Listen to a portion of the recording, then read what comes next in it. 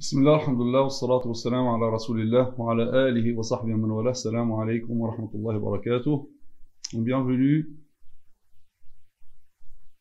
pour cette intervention qui portera sur la place du prophète sallallahu alayhi wa sallam dans notre vie de tous les jours, donc particulièrement pendant ce mois béni. Donc il est très important d'aborder ce genre de sujet pour vivre notre Ramadan, non seulement dans la forme, mais aussi dans l'esprit du jeûne. Et quelle meilleure façon de vivre ce jeûne que de parler et d'essayer de s'imprégner du prophète sallallahu alayhi wa sallam.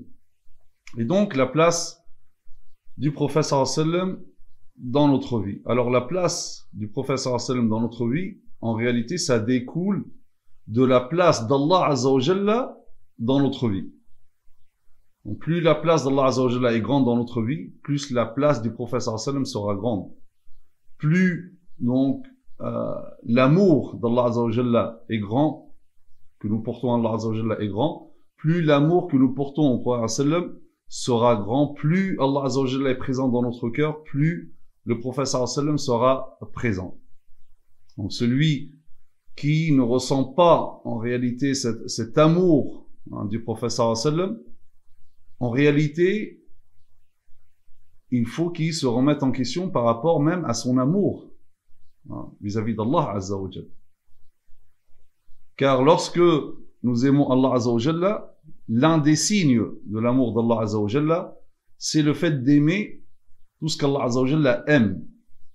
Et particulièrement, il aime son messager. C'est pour ça que le prophète sallallahu alayhi wa sallam nous dit « Ahibbullaha lima yurdukum bihi minan ni'am wa ahibbuni li hubbillahi iyay » Aimez Allah Azza wa Jalla pour tous les bienfaits dont il vous comble et aimez-moi pour l'amour que Dieu me porte. Aimez-moi pour l'amour que Dieu me porte. Donc si nous aimons Allah Azza wa Jalla, donc nous aimons forcément le prophète sallallahu alayhi wa sallam. Donc ça c'est la première chose. Donc aimer le prophète sallallahu alayhi wa sallam, là encore il y a des signes, ce n'est pas une simple prétention. Tout le monde parle de l'amour du prophète sallallahu alayhi wa sallam. Chaque musulman forcément aime le prophète sallallahu alayhi wa sallam. Mais en réalité, la question n'est pas vraiment l'amour en soi du prophète sallallahu alayhi wa sallam, parce que chaque musulman habité par la foi, quel que soit ce musulman, qu'il soit obéissant, désobéissant, etc., il y a forcément de l'amour du prophète sallallahu alayhi wa sallam dans son cœur. On ne peut accuser aucun musulman de ne pas aimer le prophète sallallahu alayhi wa sallam, ce n'est pas possible. Donc en réalité, ici, il n'est pas question de l'amour en soi du prophète sallallahu alayhi wa sallam, mais quel est le degré de cet amour.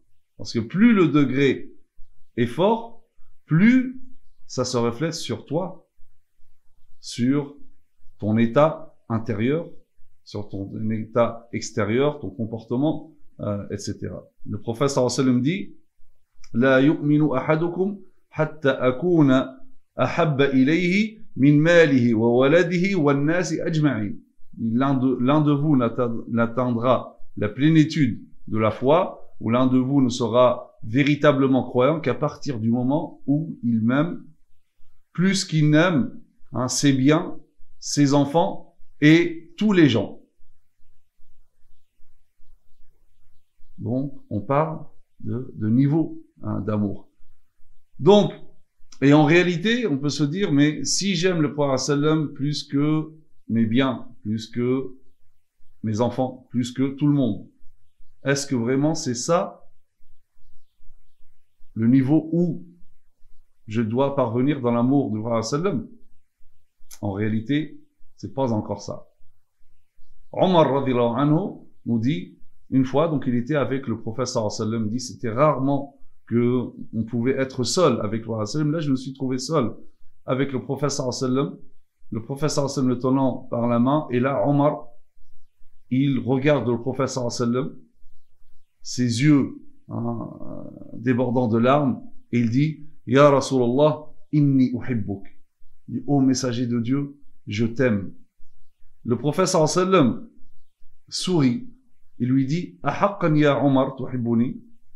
C'est vrai, Omar, tu m'aimes vraiment? Et là, il lui dit, ih walladhi ba'athaka bil haqq. Oui, par celui qui t'a envoyé avec la vérité. Et là, le prophète sallallahu alayhi wa sallam lui dit, akthar min waladika ya Omar.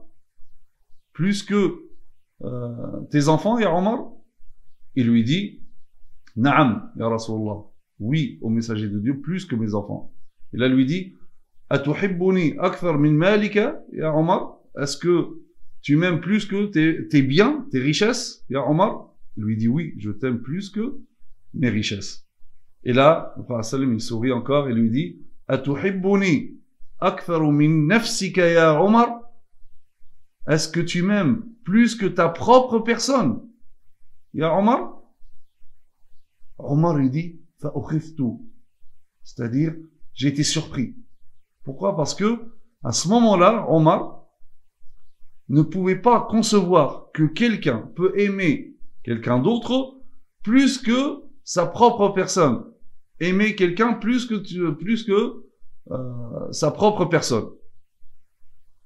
Là, Omar dit, amma nafsi, fala ya Rasulallah. Quant à moi-même, ah non, ya Rasulallah. Qui aimerait quelqu'un d'autre plus qu'il n'aime sa propre personne? Et donc, Omar, il était vraiment sincère dans les deux premières. Donc, effectivement, il aime le prophète plus que tous ses biens, plus que ses enfants. Parce que s'il n'était pas sincère dans les deux premières, il n'aurait pas été sincère dans la troisième. Et là, le prophète sallallahu alayhi wa sallam sourit et lui dit, La ya Omar. Non, ya Omar. Non, pas encore. Il dit, Walladhi nafsi biyadihi. La yakmulu imanu al-abdi hatta akuna ahabba ilayhi min malihi wa waladihi wa nafsihi allati bayna jambayhi. Il dit, La ya Omar. Par celui qui détient mon âme dans sa main, la foi de l'abd, du serviteur, ne pourrait atteindre la plénitude, ne pourrait être parfaite jusqu'à ce qu'il m'aime plus que ses biens, plus que ses enfants, et plus que son âme, l'âme qui l'habite, donc de sa propre personne. Omar radhiyallahu anhu, il pleure énormément. Et il dit, j'aurais aimé m'être converti qu'à ce moment-là. Parce qu'il vient de découvrir que finalement sa foi est défaillante. Et donc il reste un petit peu après, il part. Il part, réfléchit un petit peu, et il revient voir le prophète sallallahu alayhi wa sallam. Et là il lui dit, Ya Rasulallah, Walladhi ba'athaka bilhaq, inni uhibbuka akthar min mali wa waladi wa nafsi allati bayna jambayhi. Dit, Ya Rasulallah, Wallahi, par celui qui t'a envoyé par la vérité, je t'aime plus que mes biens, mes enfants, et plus que l'âme qui habite mon corps, plus que ma propre personne. Et là, le prophète sallallahu alayhi wa sallam sourit au point où les larmes, donc ses yeux débordent de larmes, et il dit, Ya Omar, il dit, Al-ana ya Omar, Al-ana ya Omar. Il dit, maintenant ya Omar, maintenant ya Omar. Celui qui nous rapporte cette histoire, c'est Abdullah ibn Omar, le fils de Omar, radhiyallahu anhu. Et donc, comme on pourrait nous se poser cette question, mais pourquoi Omar, il est parti, il est revenu, et en un laps de temps, il vient, il lui dit maintenant je t'aime plus que ma propre personne, alors que quelques minutes avant, il lui disait non. Donc, Abdullah lui dit, père, mais qu'est-ce qui a fait en sorte que tu reviennes avec ce que tu as dit au prophète sallallahu alayhi wa sallam? Omar lui dit, quand je suis parti, je commençais à me poser des questions. Je me suis dit, en réalité, de quoi ai-je besoin le plus? De ma personne ou du prophète sallallahu alayhi wa sallam? Je me suis rappelé l'au-delà. Et je me suis rappelé que j'ai besoin plus du prophète sallallahu alayhi wa sallam que de ma propre personne. Et je me suis rappelé de mon égarement, dans l'égarement que j'étais, et comment Allah Azza wa Jalla, par le biais du prophète sallallahu alayhi wa sallam, il m'a sorti de cet égarement. Et donc finalement, je me suis rendu compte que j'ai plus besoin du prophète sallallahu alayhi wa sallam que ma propre personne. Et donc, il mérite mon amour plus que ma propre personne. Et donc, voilà le niveau de l'amour du prophète sallam. Donc, aimer le prophète sallam plus que nos biens, nos enfants, tout le monde, et même plus que ta propre personne. Et ça, c'est un sentiment. D'accord? C'est pas des prétentions. Est-ce que tu ressens vraiment cela? Est-ce que lorsque tu entends le nom du prophète sallam, est-ce que ton cœur vibre? Lorsqu'on aime quelqu'un, juste à l'évocation de son nom, ça nous fait quelque chose dans le cœur. Est-ce que lorsque j'entends le nom du prophète sallam, ça me fait le même effet? Est-ce que je ressens ash-shawq, le désir ardent de rencontrer, de voir le prophète sallam? Comme lorsque l'un d'entre nous part en voyage, laissant sa famille, ses bien-aimés, ses enfants. Il a tellement hâte de les voir, quelques jours, une semaine, quelques semaines, un mois. Et là, il a hâte de les voir, même ne serait-ce que dans le rêve. Est-ce que tu ressens ça pour le prophète sallallahu alayhi wa sallam? Est-ce que tu ressens vraiment, tu as tellement hâte de le voir, ne serait-ce que dans le rêve? Est-ce que tu éprouves le fait, ce shawq, ce désir ardent d'aller à Médine, d'aller voir la vie du prophète sallallahu alayhi wa sallam, de saluer le prophète sallallahu alayhi wa sallam devant sa tombe? Si tu ressens pas ça, on entend des fois certains jeunes disent non, ça c'est bid'a, aller dans l'intention de visiter la tombe du prophète sallallahu alayhi wa sallam. Je connais même quelqu'un qui se vantait même de ne pas être parti, il est parti faire une umrah et il a pas mis les pieds à Médine. Il se vantait de cela. Ça c'est le tawhid, le monothéisme pur. Là, subhanallah, mais quel amour tu as du prophète sallam. Vous savez, lorsque on aime quelqu'un, lorsque tu aimes ton père, ta mère, ça particulièrement pour ceux qui peut-être non plus leurs parents, leur père, leur mère. Parfois juste le fait, tu vas à un endroit où tu sais que ton père, ta mère aimaient rester ici, passer un moment. Quand tu passes là, c'est pas indifférent. Tu aimes même aller à cet endroit-là. Pourquoi? Parce que ça, c'est shawq. C'est ce désir ardent. Parce qu'il te manque. C'est normal. C'est pas du shirk, c'est normal. C'est l'un des signes de l'amour. Sinon, il n'y a pas d'amour. Et donc, à plus forte raison pour le prophète sallallahu alayhi wa sallam. Et bien sûr, ce shawq, c'est quelque chose de profond. Je vous ai dit, ça, c'est des sentiments, c'est pas des paroles. Qu'est-ce que tu ressens sincèrement dans ton cœur? Ça, c'est entre toi et Allah Azza wa Jalla, entre toi et ton cœur. Qu'est-ce que tu ressens vis-à-vis du prophète sallallahu alayhi wa sallam? Vous savez, le prophète sallallahu alayhi wa sallam, à Médine, donc, il faisait le Jumu'ah en s'appuyant sur un tronc de palmier. Dans sa mosquée, donc, vers le début de la mosquée, c'était couvert. Et donc, il y avait comme pilier des troncs de palmier. Il faisait Jumu'ah, et lorsqu'il était plus fatigué, donc, il s'appuyait sur al-jidha, sur le tronc. Donc, ensuite, on a proposé au prophète sallallahu alayhi wa sallam de lui construire mimbar. Les gens devenaient de plus en plus nombreux, et donc, pour qu'il soit plus élevé, pour que les gens le voient, on lui a proposé de construire un mimbar, et effectivement, lui on construit un mimbar. Le premier Jumu'ah, le prophète sallallahu alayhi wa sallam va faire le prêche sur le mimbar, il passe devant le tronc, et il monte sur le mimbar. Dès que le prophète sallallahu alayhi wa sallam s'en sur le mimbar, on entend, et ça c'est un hadith mutawatir, hadith notoire, qui implique donc une connaissance catégorique. Les compagnons, tout le monde dans la mosquée, ont entendu al-jidha, gémir, pleurer, pousser des gémissements, comme un enfant. Le prophète sallallahu alayhi wa sallam descend de le mimbar et il pose sa main sur al-jidha. Et il commence à parler avec al-jidha. Bien sûr, les compagnons n'entendaient que ce que le prophète sallallahu alayhi wa sallam disait. Et en fait, Al-Jada' lui dit, hein, Ahana alayka al-furaq ya Rasulallah, dit comme ça, yani, tu me laisses aussi facilement. Et là, le prophète sallallahu alayhi wa sallam lui dit, Hakadha sunnatullah, c'est ça la loi d'Allah azza wa jalla, ma min mahboub illa mufaraq. Donc, quelle que soit la personne aimée, on finira par se séparer d'elle. Et là, le prophète sallallahu alayhi wa sallam lui dit, je te donne le choix. Donc, soit, si tu veux, je vais te replanter là où tu étais auparavant. Et donc, tu auras des fruits comme tu étais auparavant. Ou soit, je te laisse comme ça et tu sauras, hein, je te planterai dans le paradis.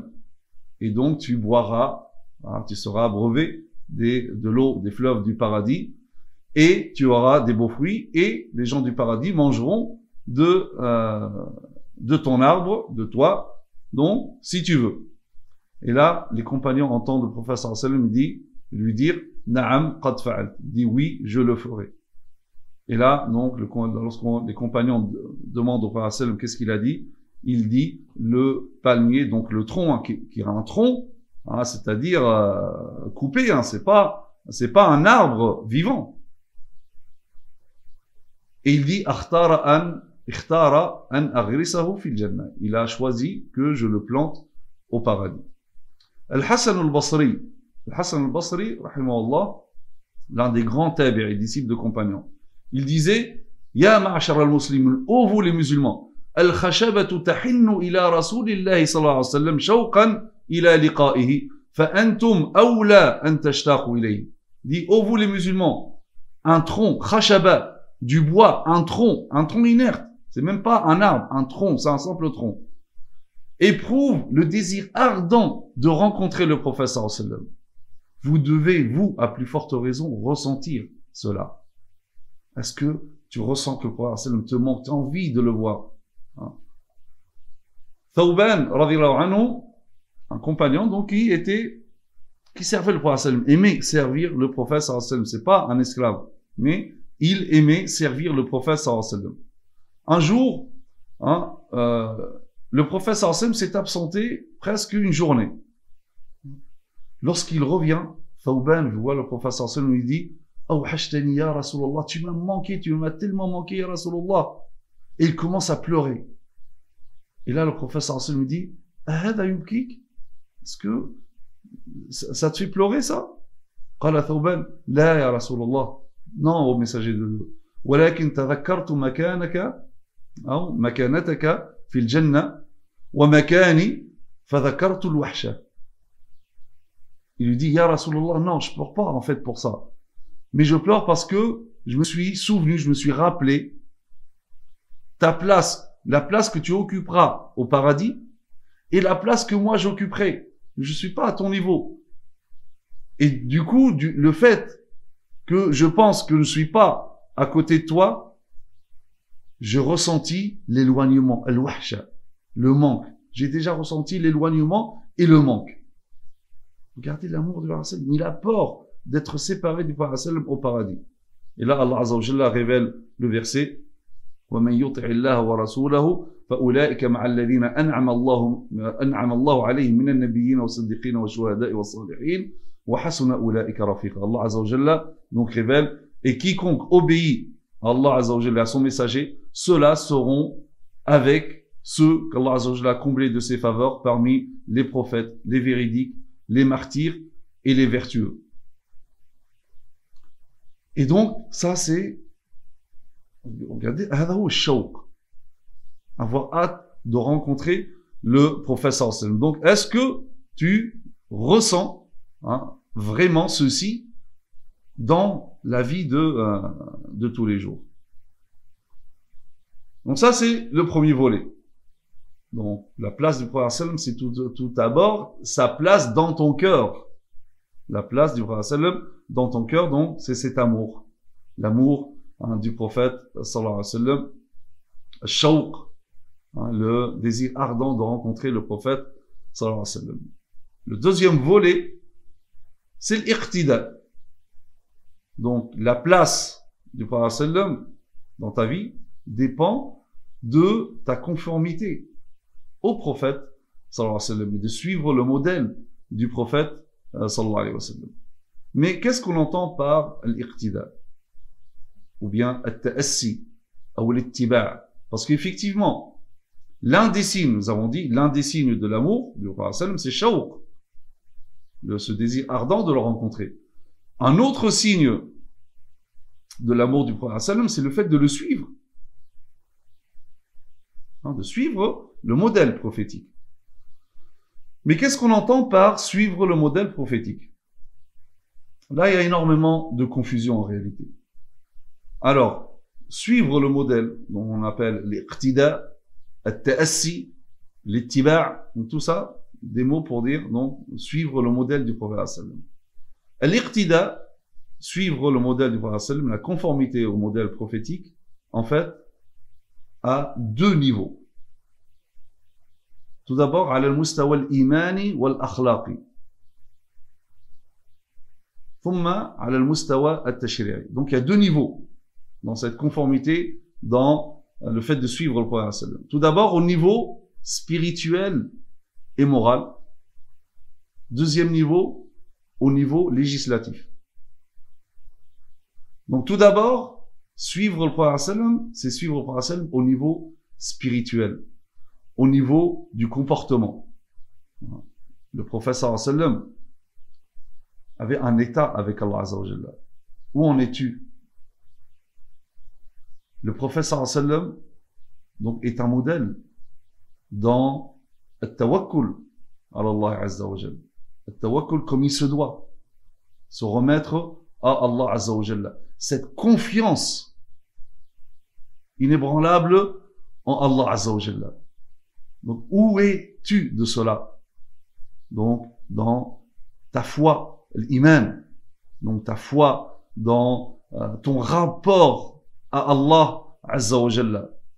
L'étroitesse de ce lien, de ce rapport à Allah Azza wa Jalla. De cette croyance profonde, d'une conviction profonde en Allah Azza wa Jalla. Cette confiance, comme j'ai dit, hein, comme, regardez l'enfant, l'enfant qui, pour lui, à ses yeux, l'enfant en bas âge, à ses yeux, il n'y a que la mère. Dès qu'il lui arrive quelque chose, il appelle sa mère. Son refuge, c'est sa mère. Sa mère, c'est tout pour lui. Ce rapport entre cet enfant en bas âge et sa mère, c'est comme ça entre toi et Allah Azza wa Jalla. Donc, c'est-à-dire que dès qu'il y a quelque chose, ton refuge c'est Allah Azza wa Jalla. Tu t'en remets complètement à Allah Azza wa Jalla. Tu t'abandonnes à Allah Azza wa Jalla.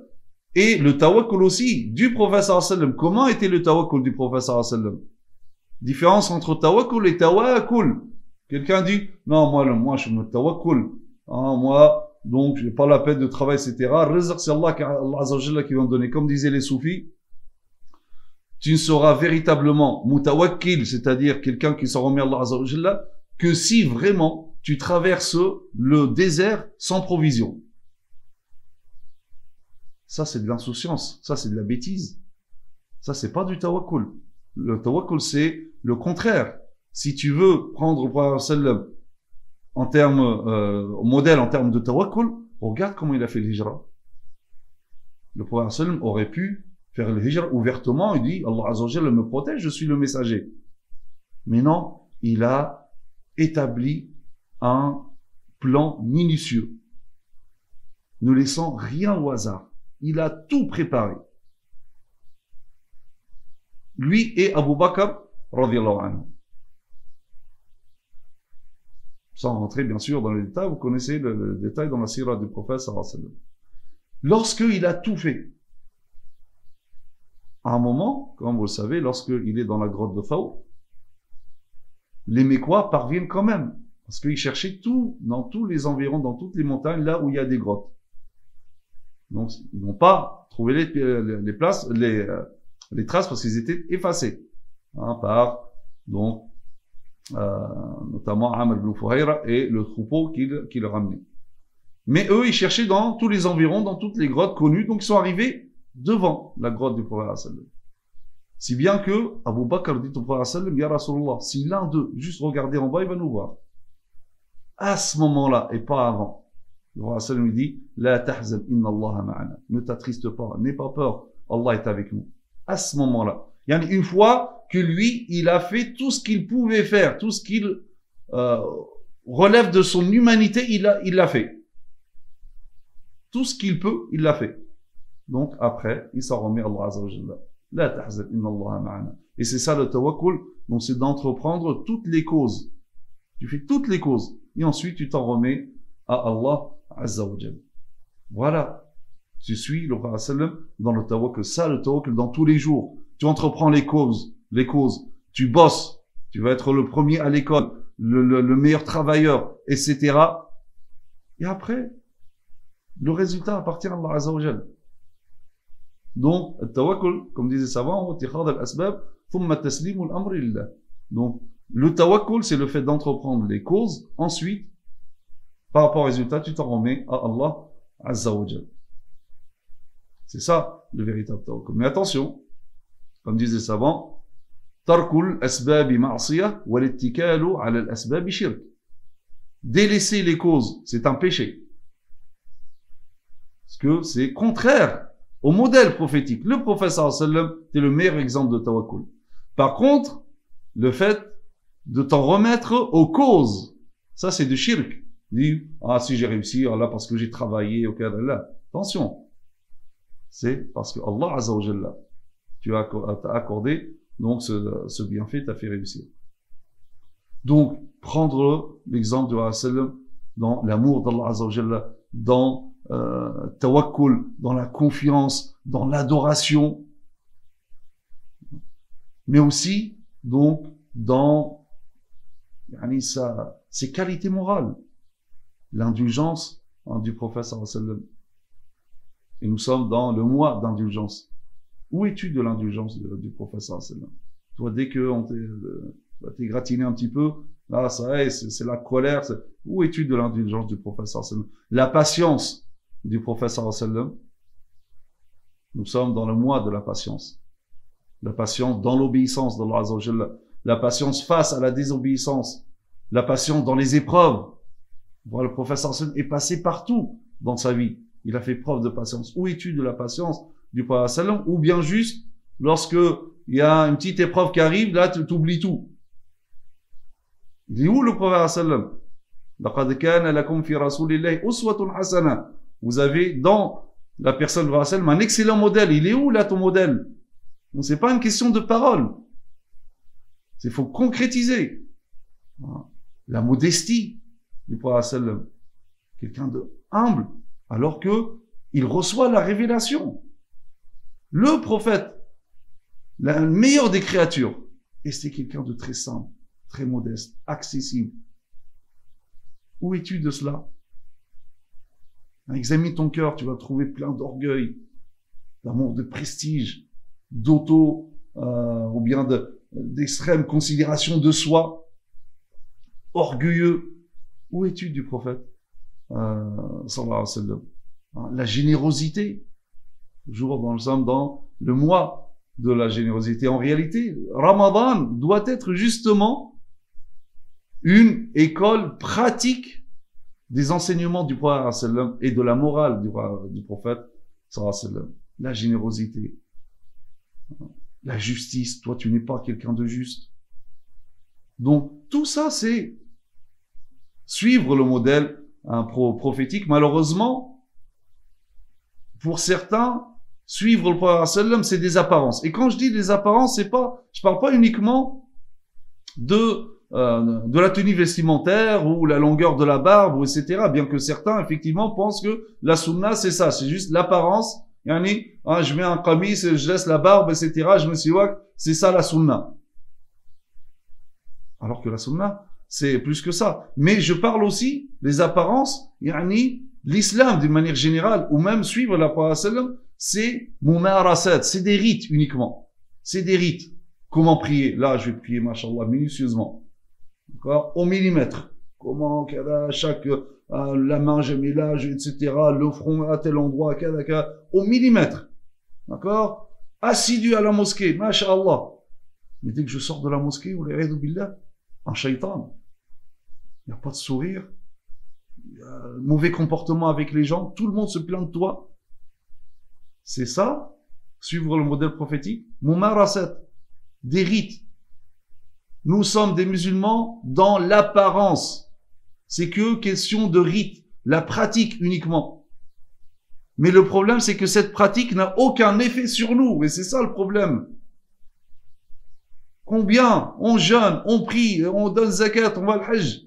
Mais où est l'effet de tout cela sur nous? Et ça aussi, c'est suivre le prophète sallallahu alayhi wa sallam. Lorsque le prophète sallallahu alayhi wa sallam dit Inna min ahabbikum ilayya wa aqrabikum minni majlisan yawm al-qiyamah ahasinukum akhlaqa. Ceux que j'aime le plus et qui seront le plus proches de moi le jour du jugement dernier, ceux qui ont un meilleur comportement. Tu suis le modèle prophétique? Que dis-tu de ce hadith-là? Tu as suivi là ce qu'a dit le prophète sallallahu alayhi wa sallam? Tu veux que le prophète sallallahu alayhi wa sallam t'aime? Tu veux être le plus proche de lui le jour du jugement dernier? Ton comportement, le bon comportement. Suivre la sunna du prophète sallallahu alayhi wa sallam, donc déjà c'est s'imprégner de la morale du prophète sallallahu alayhi wa sallam, s'imprégner des nobles caractères. D'ailleurs lui-même il résume son message. Il dit Innama bu'ithtu li utammima makarim al-akhlaq. Je n'étais envoyé que pour parachever, pour accomplir les nobles caractères. Où en es-tu, toi, des nobles caractères? Suivre la sunna, c'est être bon avec son épouse. Le prophète sallallahu alayhi wa sallam dit Khayrukum khayrukum li ahli. Le meilleur d'entre vous est celui qui est le meilleur pour son épouse. C'est pas celui qui parle, celui qui se montre. Des fois, on peut trouver des personnes. Wallah, on voit à la mosquée. Voilà, par expérience. Tu vois des gens à la mosquée, tu dis cela, masha'Allah, c'est des anges. Tu dis subhanallah, c'est comme si cette personne est descendue a été prise de l'époque des compagnons, a été parachutée chez nous. Souriant, serviable, masha'Allah. Jusqu'à ce que, tu vois, une expérience comme ça, son épouse qui vient après se plaindre, c'est un tyran. Violent. Violence physique et psychologique à la maison. Là, tu tombes de haut, tu dis, oh. C'est ça le modèle prophétique? Khayrukum khayrukum li ahli. Wa ana khayrukum li ahli. Et je suis le meilleur des époux. Il est où, toi? C'est où ici suivre le modèle prophétique? Le prophète, suivre la sunna, c'est être utile aux gens. Khayrun nasi anfa'uhum lin nas. Le meilleur des gens, on dit le prophète sallallahu alayhi wa sallam, c'est le plus utile aux gens. Tu es utile aux gens, toi? Est-ce que tu suis le prophète sallam dans le da'wa? Qul hadhihi sabili. Le prophète sallam, Allah azza wa jalla lui dit, voici ma voie. Ad'u ila Allah ala basiratin ana wa man ittaba'ani. Dis, voici ma voie. Donc ma voie, c'est quoi? J'appelle Allah azza wa jalla avec clairvoyance, moi et ceux qui me suivent. T'en es où, toi, dans le domaine de da'wa? C'est ça. Tu peux pas servir mieux les gens que par da'wa. Suivre la sunna, c'est également dire des belles paroles. Et ne pas être vulgaire. Man kana yu'minu billahi wal yawmil akhir falyaqul khayran aw liyasmut. Quiconque croit en Allah azza wa jalla au jour du jugement dernier, qu'il dise du bien ou qu'il se taise. Que ce soit directement, que ce soit sur Facebook, etc. T'as des fois des posts, tu dis, c'est des comptes, Inch'Allah, des exhortations, citations, et dedans, après, t'as un gros mot. Des trucs comme ça. Tu dis, mais, Allah, c'est schizophrène, qu'est-ce qui se passe? Suivre le prophète sallallahu alayhi wa sallam, c'est également être un bon voisin, respecter le bon voisinage. Man kana yu'minu billahi wal yawmil akhir, falyukrim jarahu. Celui qui croit, quiconque croit en Allah azza wa jalla au jour du jugement dernier, qu'il honore, qu'il soit bon envers son voisin. Et toi, t'en es où avec ton voisin? Particulièrement pendant Ramadan. En France, il n'y a pas, cette année, tarawih à la mosquée, malheureusement. Mais ce qui est malheureux aussi, c'est que je suis sûr que certains voisins des mosquées vont se réjouir. J'ai vu de mes propres yeux des lettres, de mes propres yeux le voisin de la mosquée, et dire une lettre, wallah, très respectueuse. Dire même, je sais, votre prophète, il cite le hadith, des non-musulmans, par rapport aux voisins. Il dit, mais comment se fait-il que vous, pendant le ramadan, vous ne respectez rien, vous vous garez n'importe comment, le bruit, les enfants jusqu'à minuit, 1h du matin, dehors, en train de courir partout, le bruit, quelqu'un qui se réveille le matin pour faire un srour, il croit qu'il est tout seul dans l'immeuble, il réveille tout l'immeuble. Il dit où le bon voisinage? Certains même disent non, mais c'est notre moment, il faut nous laisser, hein, c'est comme ça. Non, oh. C'est pas ça, suivre le modèle prophétique. Suivre le modèle prophétique, c'est être souriant. Sourire. Voilà, ça me dit, rencontrer quelqu'un en souriant, c'est une sadaqa, c'est une aumône. Al-ihsan, c'est suivre aussi la sunna. L'excellence. Inna Allah kataba al-ihsana ala kulli shay. Allah a prescrit l'excellence dans toute chose. L'excellence. L'excellence dans ton rapport à Allah Azza wa Jalla. L'excellence dans ta pratique religieuse. L'excellence dans ta morale. L'excellence dans tout ce que tu fais. Itqanul amal. Faire bien son travail. Ça fait partie aussi du fait de suivre la sunna. Inna Allah yuhibbu idha amila ahadukum amalan an yutqinahu. Allah aime que lorsque quelqu'un fasse quelque chose, qu'il le fasse bien.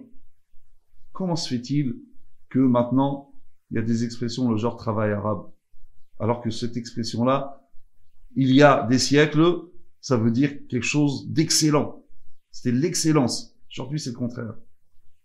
Suivre la sunna, c'est que dans ton travail, n'importe quel travail, dans le travail tous les jours, à l'école, à la fac, tu fasses bien, tu excelles. Ça aussi, c'est suivre la sunna. Pas tu te contentes du minimum. Ça, c'est pas suivre la sunna.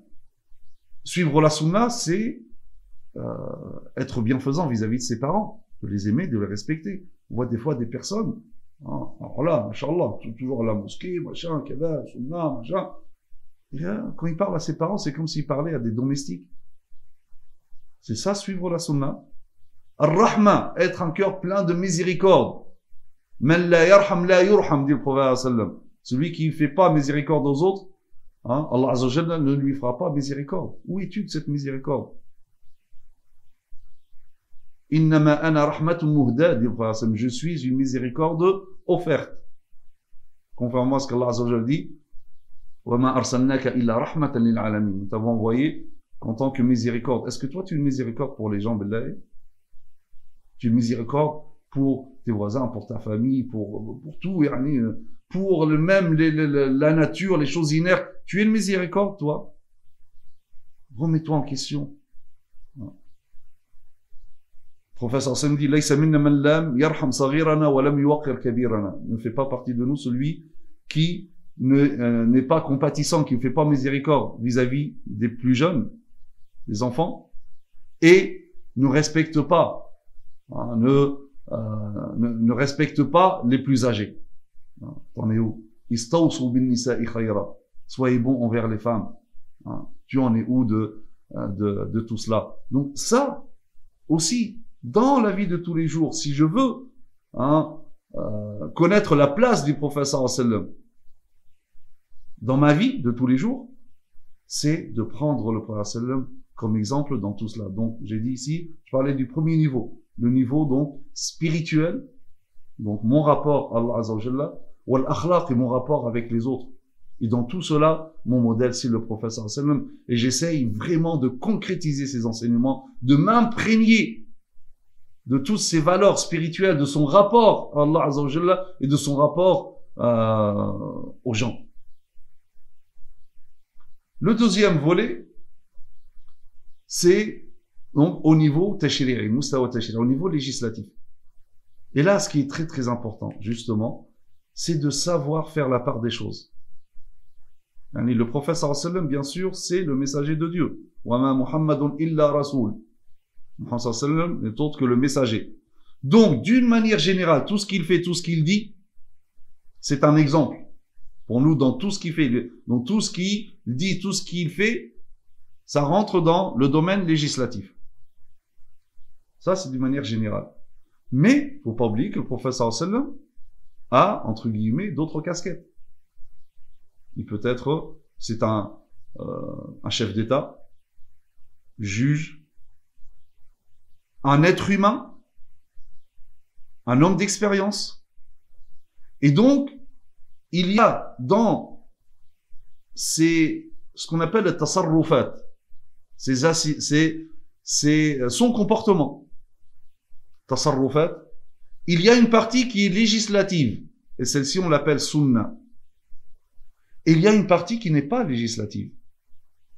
Et là, il est très important pour suivre le prophète sallam comme il se doit, de distinguer ces deux. Quand le prophète sallam attend de moi que je le suive, et quand il n'attend pas de moi que je le suive. Ça, c'est très important. Parce que, il y a ce qu'on appelle tasarrufat, comportement, le comportement, ou les comportements, ou les agissements du prophète sallam, et sunna. Chaque sunna est tasarruf, mais chaque tasarruf n'est pas forcément une sunna. Toute sunna est un comportement du prophète sallam, mais tout comportement n'est pas forcément une sunna. Car parfois le prophète sallam, il peut faire des choses, par exemple, en tant que chef d'État. Et du coup, comme disent tous les savants, ce qu'il fait en tant que chef d'État ne s'impose pas forcément à le chef d'État après lui. Donc, il peut le prendre, il peut changer une loi qui ne relève pas de la révélation. Attention. On parle chef d'État, c'est-à-dire des choses qu'il a établies qui répondent à un intérêt. À ce moment-là. Ça ne relève pas de la révélation. D'ailleurs, regardez, Omar radhiyallahu anhu, alors, du temps du prophète sallallahu alayhi wa sallam, du temps d'Abu Bakr, et au début de l'ère de Omar, lorsqu'il y avait des conquêtes, il y avait le butin, et dans le butin, il y a des terres. Du temps du prophète sallallahu alayhi wa sallam, du temps d'Abu Bakr, les terres étaient distribuées avec le butin aux soldats.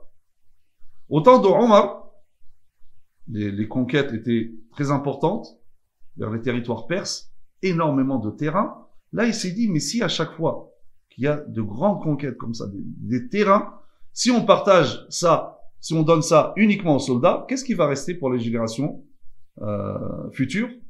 Et les autres musulmans, qu'est-ce qu'ils vont bénéficier de tout cela?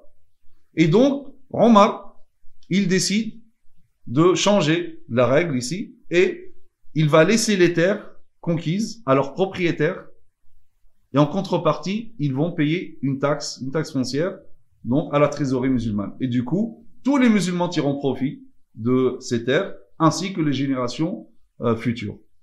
Et tous les compagnons ont accepté. Est-ce que Omar radhiyallahu anhu a dérogé à la sunna du sallam, a fait le contraire, a contredit la sunna? Non, du tout.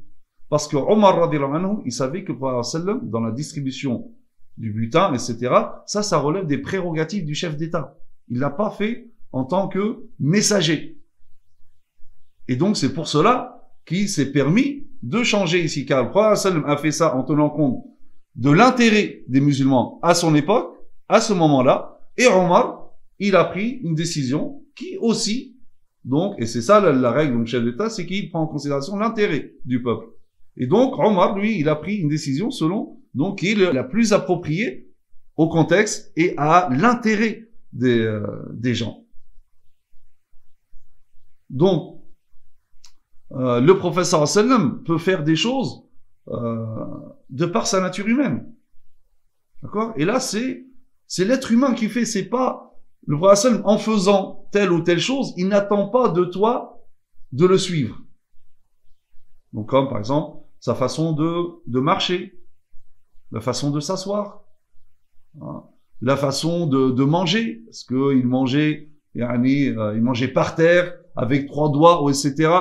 Tout ça, ça ne relève pas de la sunna du prophète sallallahu alayhi wa sallam. Il faisait ça de par sa nature humaine, même sans réfléchir. D'accord? Donc, manger par terre ou avec 3 doigts n'a rien à voir avec la sunna. Comme le fait de manger à table ou avec fourchette, cuillère, etc., ça n'a rien à voir avec le bid'a. Parce que ça ne relève pas du tout du domaine religieux. D'accord? Donc, c'est pour ça les savants disent que tout ce que fait le prophète sallallahu alayhi wa sallam, af'al al-nabi sallallahu alayhi wa sallam, ne relève pas du domaine législatif, sauf si on y perçoit le sens du rapprochement d'Allah Azza wa Jalla, ou sauf si c'est accompagné d'une parole. Comme par exemple, j'ai dit, manger avec 3 doigts ou manger par terre ou là, ça n'a rien à voir avec la sunna. Par contre, manger avec la main droite, là oui. Mais pourquoi? Parce que le prophète sallallahu alayhi wa sallam, il a dit, pas juste la pratique. On n'a pas tiré ça de la pratique seulement.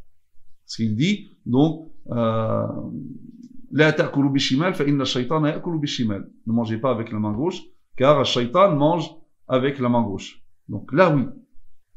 Mais sinon, donc, la façon de se coiffer, certains pensent que le fait de se laisser les cheveux longs qui descendent jusqu'à la nuque ou les épaules, c'est la sunna. Non, ça c'est une description physique du prophète sallallahu alayhi wa sallam. Il était comme ça, il avait les cheveux, mais en faisant ça, il ne te demande pas de faire comme lui. Et en Arabie, tous se coiffer de la même façon. C'est pas spécifique au prophète sallallahu alayhi wa sallam. Il aimait telle ou telle chose. Il aimait le concombre, il aimait le vinaigre, l'épaule d'agneau. Mais si toi t'aimes pas, tu dis non, je vais me forcer, non, c'est pas bien parce qu'il faut faire comme le prophète sallallahu alayhi wa sallam. Non. Donc il y a des choses où c'est pas législatif. Regardez, lorsque Khalid ibn Walid, il était avec le prophète sallallahu alayhi wa sallam, on apporte un lézard méchoui au prophète sallallahu alayhi wa sallam. Dab, méchoui. Le prophète ne savait pas c'était quoi. Et lorsque, donc, il tend la main, et là, on lui dit, c'est dab méchoui. C'est un lézard méchoui, il a retiré sa main. Certains, aujourd'hui, disent, si le prophète sallallahu n'a pas mangé, je mange pas. Moi, je suis le prophète sallallahu. Khalid ibn Walid, non, il a demandé au prophète sallallahu. Il dit, ya Rasulallah, aharamunhu, est-ce que c'est interdit? Lui dit non, mais j'aime pas. Khalid l'a pris devant lui, il l'a mangé. Donc, Khalid et les compagnons savaient que parfois le prophète agissait par sa nature humaine. Donc c'est pas, là, il n'instaure pas une loi. D'accord? Il fait pas ça pour que tu le prennes comme exemple. D'accord? Donc, la façon de s'habiller, pareil. Et ça, il y a beaucoup de confusion par rapport à cela. Donc là, moi, je veux faire comme le prophète. Mais le prophète ne t'a pas demandé. Et d'ailleurs, les savants disent que si tu dis que ce vêtement-là, c'est ça la sunna, ça c'est une bid'a. Parce que jamais le prophète sallallahu alayhi wa sallam ne t'a demandé de t'habiller de telle ou telle façon. Il a, attention, apporté des règles, un code vestimentaire. Tu dois cacher la aura avec les conditions, etc., sans rentrer dans le détail. La forme, ça n'a rien à voir avec, il n'y a pas une tenue vestimentaire particulière, une forme particulière, meilleure que l'autre, ou que c'est ça la sunna. Ça n'existe pas. Ça n'existe pas. Le prophète sallallahu alayhi wa sallam portait ce qu'il avait devant lui. Lui a donné des vêtements du Yémen, il a porté, de Byzance, il a porté, il portait ce qu'il y avait.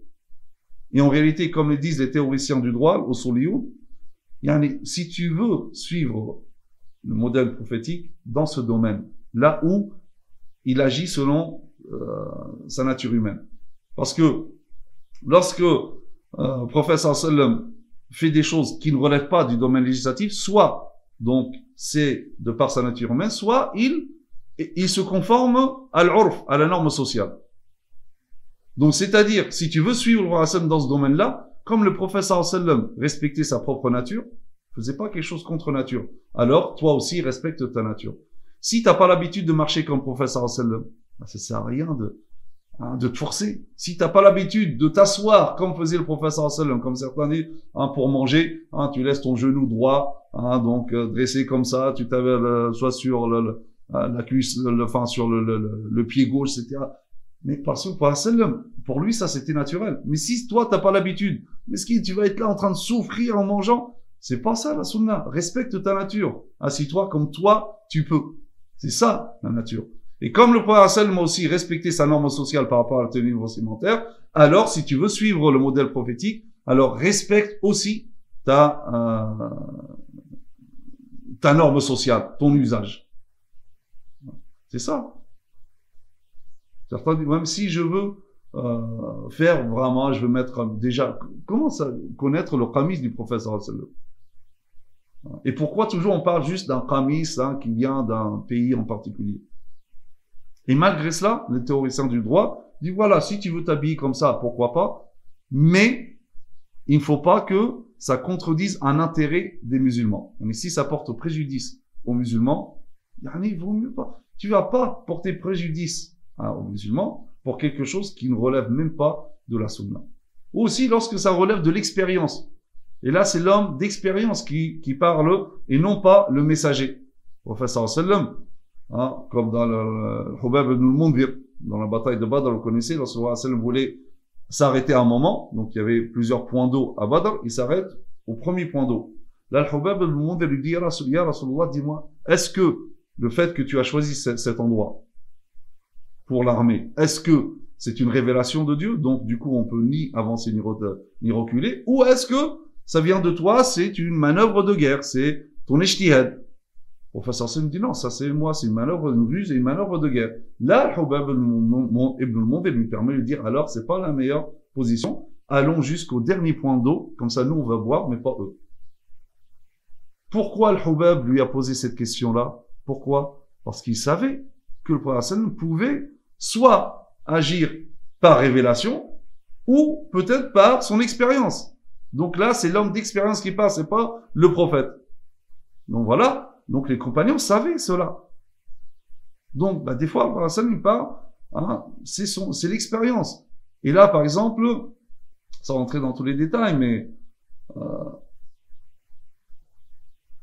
par rapport à la médecine prophétique, énormément d'exagération. Énormément d'exagération. La médecine prophétique n'a rien à voir avec la sunna. Les choses en soi. Ce qui relève de la sunna, c'est la recherche pharmaceutique. C'est le fait de se soigner. Tadawu ibadallah. Soignez-vous. Ça, c'est la sunna. La recherche pharmaceutique. Car le nous dit Tadawu ibadallah.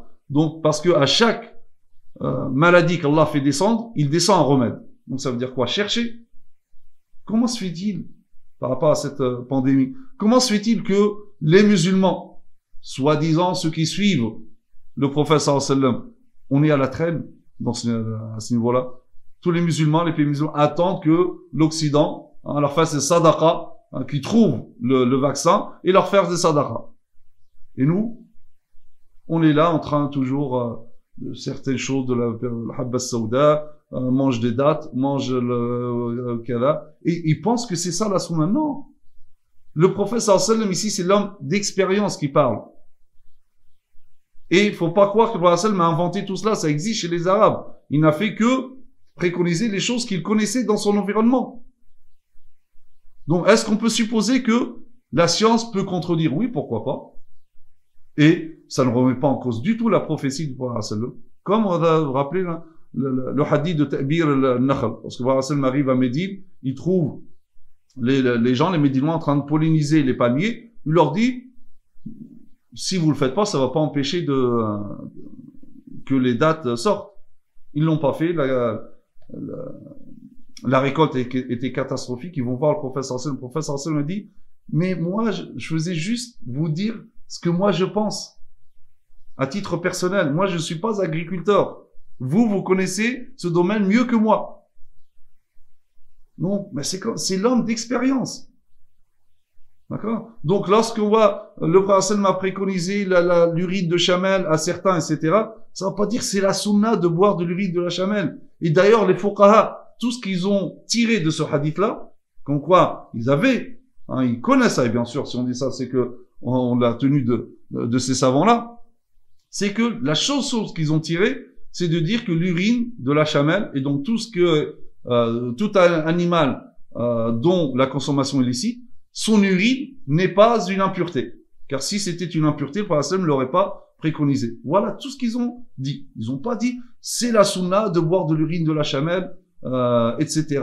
Celui qui mange 6 ou 7 dattes de ajwa, il sera préservé de toute maladie, sauf de la vieillesse ou de la mort, etc. Tout cela, et bien sûr, c'est pour ça que lorsque vous allez à la Mecque et Médine, la date de l'ajwa est beaucoup plus chère pour ce hadith-là. Mais en réalité, le prophète c'est l'homme d'expérience qui parle. Donc, faut pas exagérer. Moi, je me rappelle, donc, mon épouse, donc, notre enfant était malade. On parle avec une sœur lui dit voilà, donc je lui ai donné du Doliprane. Il dit non, mais pourquoi tu l'as pas appliqué la sunna? Lui dit ah bon, c'est quoi la sunna? Il dit bah c'est refroidir avec de l'eau seulement, c'est pas donner de Doliprane, etc. Mais subhanallah. Professeur Sallam, s'il était là, c'est le premier qui a utilisé le Doliprane. Donc paracétamol. Il dit c'est agib, Donc pourquoi? Parce que le professeur Sallam dit donc dans le hadith, la fièvre est une émanation de l'enfer, aussi refroidissez-la avec de l'eau. Parce que c'était le seul moyen que, là c'est l'homme d'expérience qui parle, c'est une image qu'a dit le professeur Sallam. Et le problème ici, justement, c'est l'une des portes vers l'extrémisme, le ghulou fi ddin, le rigorisme religieux, néfaste. C'est le fait de ne pas faire la distinction entre ces deux domaines. Ce qui est législatif, ce qui n'est pas législatif. Ce qu'on appelle le sunnah al-tashri'iyya, qui est la sunnah, et les tasarrufat du prophète qui sont pas tashri'iyya, qui sont pas législatifs. Et le fait de vouloir imposer aux gens de prendre le prophète modèle dans ce que lui-même n'a pas fait pour qu'on le prenne comme modèle, c'est ça le relou. C'est ça l'extrémisme. Et ça, c'est mauvais. Donc, si vraiment je veux appliquer la sunna du prophète, donc il faut l'appliquer avec intelligence, avec connaissance. C'est pas avec ignorance, je mélange. Donc, il faut faire la distinction. Quand le prophète me demande de le prendre comme exemple, et quand là, le fait qu'il aime, il mangeait des dattes, il mangeait il buvait du lait, etc. Tout ça, le prophète ne te demande pas de faire ça. D'accord? En réalité, même lorsque on parle, même le jeûne, toujours on dit, il est recommandé, c'est bien, on dit, il est recommandé de couper avec des dattes, parce que le prophète le faisait. Mais est-ce que c'est réellement une sunna, ou juste parce que le prophète le faisait, parce que tout le monde le faisait, et c'était naturel pour lui? Bah ouais, donc c'est pas sûr que, c'est juste de dire, c'est la sunna. D'accord? Quelqu'un qui, n'aime pas beaucoup les dates. Il veut avec autre chose. Il n'a pas commis une infraction à la sunna ou quoi que ce soit. D'accord? Donc, voilà la place du prophète sallam dans notre quotidien. Donc, c'est à ces deux niveaux-là. Donc, tout d'abord au niveau spirituel, au niveau de la morale, mais aussi sur le niveau législatif. Et là, il faut bien savoir de tout ce que fait le prophète, qu'est-ce qui rentre dans le domaine législatif et qu'est-ce qui ne rentre pas pour là vivre vraiment comme le veut le prophète sallam. Et se dire, d'une manière générale, pour conclure, dit mais si le prophète sallam était là, et si je rencontrais, j'ai dit shawq, on a parlé tout à l'heure de shawq, mais s'il m'était donné de rencontrer le prophète sallam, comment je vais me retrouver? Est-ce que je serais fier? Est-ce que je vais avoir honte de me présenter devant? Ce qui peut nous arriver lorsqu'on se trouve devant la tombe du prophète et on salue le prophète, là on a un double sentiment. Le sentiment là, vraiment d'amour, etc. Tellement content d'être là, tu salues le prophète, mais en même temps, Wallah, on ressent subhanallah, c'est une honte, dire Rasulullah, j'ai honte de me présenter devant lui, alors que voilà, quand je pense à mes manquements, lorsque j'ai honte même pour notre communauté, qu'est-ce qu'on est devenu? Voilà. Donc, et se dire, est-ce que vraiment le prophète sallallahu alayhi wa sallam finalement serait content de moi? Voilà comment vraiment ressentir et comment vivre, ou quelle est la place du prophète sallam. C'est vraiment, je fais tout pour que le prophète sallam soit content de moi. Attention, pas de shirk, bien sûr, l'objectif c'est qu'Allah azza wa jalla soit satisfait, ça on le sait, mais si le prophète sallam est satisfait, c'est que forcément Allah azza wa jalla est satisfait. Donc voilà quelques mots par rapport à la place du prophète sallam dans notre cœur, dans notre vie de tous les jours. Qu'Allah azza wa jalla fasse en sorte que ce mois justement soit une manière de concrétiser donc cet iqtida cette manière de suivre le prophète sallam dans les deux niveaux que nous avons cités. Donc Allah Azza wa Jalla nous aide à nous maintenir dans le droit chemin et de nous imprégner du modèle prophétique, particulièrement pendant ce mois. Qu'Allah Azza wa Jalla nous aide à le jeûner comme il se doit, à de l'adorer comme il se doit, de nous réformer pendant ce mois-là. Et Ya Allah, tu nous as privés de voir le prophète sallallahu alayhi wa sallam dans ce bas monde, où Allah ne nous prive pas de sa compagnie dans l'au-delà. Amin ya Rabbil Alamin. Wa subhanaka Allahumma bihamdik. Nashhadu an la ilaha illa anta nastaghfiruka wa natubu ilayk. Wa sallallahu ala sayyidina Muhammad wa ala alihi wa sahbihi sallam taslima. Wassalamu alaykum wa rahmatullahi wa barakatuh.